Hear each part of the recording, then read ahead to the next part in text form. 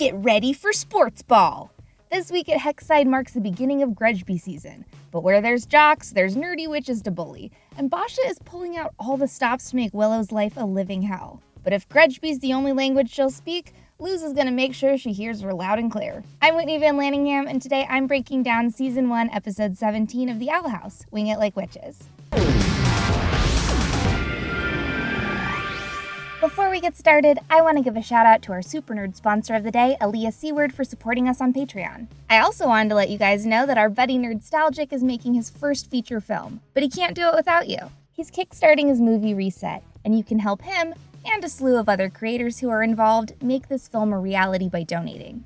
This movie has folks who worked on Star Wars Episode 9, Walking Dead, and Game of Thrones lending their talents. So rally together, Nerdwire community! Nerdstalgic makes some of the best film essay content YouTube has to offer. And if you want to see YouTube creators start to make traditional media stories, you gotta show your support. Click that link to his Kickstarter. Alright, now on to the Owl House. This is your spoiler warning. If you haven't caught up with episode 17 of the Owl House, hit pause on this video and come back when you've caught the rusty smidge. If you've been a fan of all the Harry Potter parallels and inside jokes, this episode is perfect. Grudgby is, of course, the Quidditch of Hexside, and Boscha is the star player. But when she walks into school on the first day of Grudgby season, she isn't met with the usual fanfare and adoration. Instead, it seems like the tides have shifted at Hexside now that Willow and Amity made up, and Willow's newfound self-confidence is already making her more popular. Everyone is focused on her plant magic caricatures, and because Boscha can't stand not being the center of attention, she decides to ruthlessly torment Willow. After Boscha empties a trash can on Willow's head from a second-story window, Luz knows she has to step in. All of the teachers at Hexside are blinded by Boscha's athleticism, and even Amity has no way of getting through to her. As usual, Luz decides the best way to solve this is through a duel, and this time, the battle will take place on the Grudgby field. If they lose, Willow will be Boscha's water boy and the prime target for practice, but if they win, Boscha has to leave them alone for good. Like I said earlier, Grudgby is similar to Quidditch from Harry Potter, and the goal is to throw a ball through the other team's hoop to score. This sounds easy, but of course there's magic involved, so the playing field is a minefield of harrowing spells. While Luz, Willow, Gus, and Amity prepare for the game of their lives, Ida is back at the Owl House reminiscing over her old Grudgby wins. She was the star player at Hexside in her day, and she has lots of photos, and a leftover box full of cheats to prove it. But when Lilith shows up with yet another warrant for her arrest, she decides to think like Luz to get out of it. Ida challenges her sister to their own Grudgby match. Winner takes all. Lilith pleads with her to turn herself in. Emperor Bellows apparently has big plans for the Boiling Isles and wants Ida to be a part of them. But of course, Ida would much rather fight for her freedom. The two sisters play a pretty clean game of Grudgby, but when it comes down to the final point, Ida decides to pull out one of her rad cheats. Unfortunately, Luz already cleaned out the whole box of them, so for once, Ida has to rely on her own skills to make it through. She manages to score the final goal, defeating Lilith. But Lilith is clearly miserable. She really needed to bring Ida back this time, and she doesn't want to keep looking like a fool for returning to the Emperor empty-handed. Feeling sorry for her sister, Ida gives Lilith her ring and tells her to show it to Bellows and tell him that Ida put up too good of a fight. Back at school, Luz fires up the Ricky soundtrack and they get to training. Luz's coaching style primarily revolves around doing classic training montage shenanigans, but when they start working on their plays for real, she gets a little overzealous and overworks Willow and Gus. Like everything else she's done on the Boiling Isles, Luz is just kind of winging it without any actual idea of what she's doing. And it doesn't help that she's basing most of her gameplay ideas on the Good Witch Azura 2 Field of Deadly Fates. When she tries to practice a move called the Thorn Vault, she accidentally sends Gus and Willow flying, and Gus breaks his flags. Feeling overwhelmed, Willow and Gus give up and leave the playing field. And that's when Amity has the chance to open up to Luz about her own Grudgby experiences. Amity was once Hexside's team captain, but she too got way too into the Azura movie and ended up hurting her teammates with the Thorn Vault. She admits that she never played again because she was too ashamed, and Luz decides that she should just forfeit to save Willow the same pain and embarrassment. But oh my god, we have to talk about this Lumity moment! It's definitely not the first one in the episode. Amity no longer has control over her speech when she's talking to Luz, and it's so beyond clear that her crush has turned her brain to mush. She can't even be around Luz when she's playing sports because she'd get too distracted looking at her in her cute, sweaty uniform. Anything Luz says or even the smallest touch from her makes Amity blush. But in this scene, she turned full-on bright red. Ah, their faces were so close! They could have kissed! I love them together so much, you guys, and after Grom, it's starting to feel like Luz is reciprocating a little bit. I mean, she's still her adorable, clueless self about how much Amity likes her, but I feel Luz's body language and the way she interacts with Amity is indicating that she might be starting to feel something more than friendship. After surrendering, Boscha makes good on her promise to turn Luz into target practice. Luckily, Amity convinces Gus and Willow to help Luz. After all, she basically agreed to take on Willow's punishment as her own, and that's a really good friend. They race back to the field, and Willow challenges Boscha to a game one more time. With Gus on the sidelines, Amity tags into play and the game begins. And although Willow and Luz aren't nearly as athletic as Amity, Boscha, and the rest of the Grudgby girls at Hexside, they're really amazing witches, and their team's spells are what propel them to the finish. First, Willow trips Boscha up by rooting her shoe to the ground with vines, and then Amity creates an abomination to stop a giant axe from slicing through her and Luz. It looks like Amity's abomination summoning is getting exponentially stronger. She's summoning giant limbs with ease, and there's nary a power glyph in sight. The coolest part, though, is when Luz discovers a new spell. When Boscha shoots a flaming ball through one of her ice pillars, the glyph for a fire spell appears on the ball, and Luz manages to capture it with a piece of paper she had handy. Woohoo!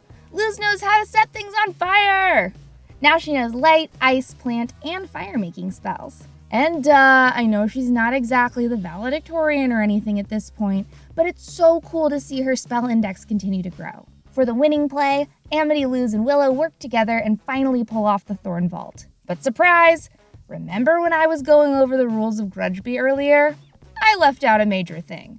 But it's not my fault. Gus and Willow left it out in the first place. Apparently, Grudgby has a second ball called the Rusty Smidge that operates kind of like the Golden Snitch. But instead of giving the seeker who catches it 150 points to their house, the person who catches the smidge wins the entire game for their team. I could not stop laughing when Boscha was explaining this. Why do all magical sports have a wonky rule that has barely anything to do with the rest of the game? In the kerfuffle, Amity hurts her leg. But my question is, how? All we see is her and Boscha tangled on the field, and then Boscha catches the smidge. I have a strong feeling that Boscha did something to hurt Amity on purpose. Like Principal Bump said, that girl could get away with murder, and her teachers would probably just be proud of her for adding an extracurricular activity to her schedule. I was delightfully surprised when this episode focused on Boscha, because she's one of the side characters that I've been dying to see more of. It's clear that she has some deeply rooted insecurities, and a black hole in her heart that can only be filled with Grudgby balls. But I wish we got to see more about her past in this episode to find out why she's so mean. Are her parents weird elitist purebloods like the Blights? Is there something dark going on in her life that makes her feel like she has to channel all of her focus and rage into sports? Most bullies don't just wake up one morning and decide to start bullying. There's usually a reason, and I'd like to find out what Boscha's is. With Amity already redeemed, will Boscha become the Emperor's pet student in future episodes and use her insight to mess with Ida's pupil? The best part of the episode is when Luz offers to carry Amity to the nurses, and Amity refuses. So Luz just goes, scoop, and picks her up. They're so cute together, you guys. I can't handle another episode where they don't kiss. And based off the pacing of their flirtation, I might not have to wait long. Although we don't get any real confirmation on how Luz feels about Amity this episode, sigh, we do get another piece of hidden code revealed. To refresh your memory from last week, the code reads, 2 witches torn apart, now alone, 2 hearts of stone, a curse of feathers and mud.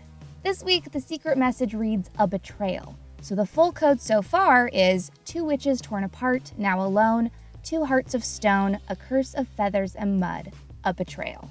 Interestingly enough, we also saw a snapshot of Ida and Lilith on the Grudgby team when they were younger, and it turns out that Lilith wasn't always a summer goth. When she was younger, she had dark orange hair, just a few shades deeper than Ida's carrot top. The newest theory floating around is that if Lilith's hair color changed drastically like Ida's, perhaps she's under a curse as well. And I know, she could have just wanted to blend in with the other Hot Topic-looking witches in the Emperor's Coven. But what if this hair change means something more? So far, we haven't seen any signs that Lilith is cursed. Her head doesn't fall off when she fights, she hasn't publicly sprouted any feathers or claws, and she seems to be extremely type A and put together. But even without that proof, I think that there might be a solid case here. For starters, Lilith is in good with the Emperor.